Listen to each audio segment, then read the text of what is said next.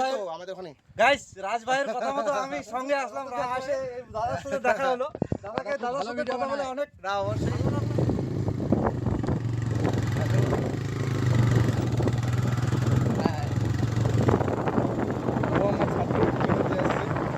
আরো আছে একজন আমার ফ্রেন্ড হবে আজকে আমরা যাচ্ছি একটা নতুন জায়গায় দেখা যাক সেখানে কি আমরা ভিডিও বানাতে পারি কি না যাওয়ার কথা ছিল 9টায় সে জায়গায় বাজে গেছে 1:30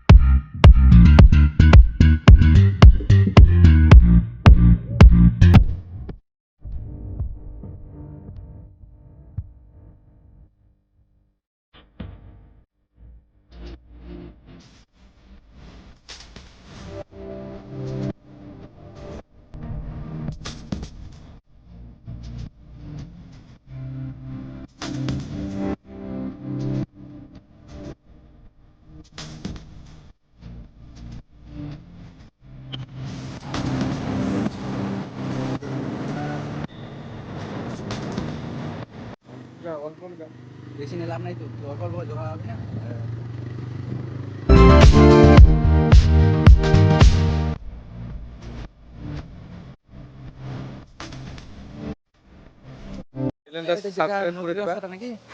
আমাদের মুসা রাইডার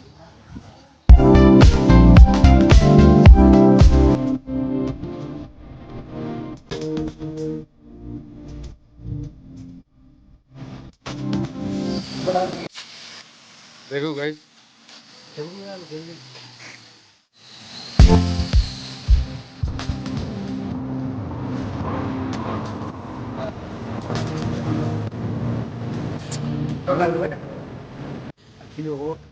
বাজে কি আরো সঙ্গে আমাদের সঙ্গে আরো আসতে ছিল, ফোনটা ধরলো না, দেখ এখনো ফোন ধরেনি। না আমাদের সঙ্গে তো এখানকারই কয়েকজন আদার আমার ছিল, তো ওরা আসলোই না।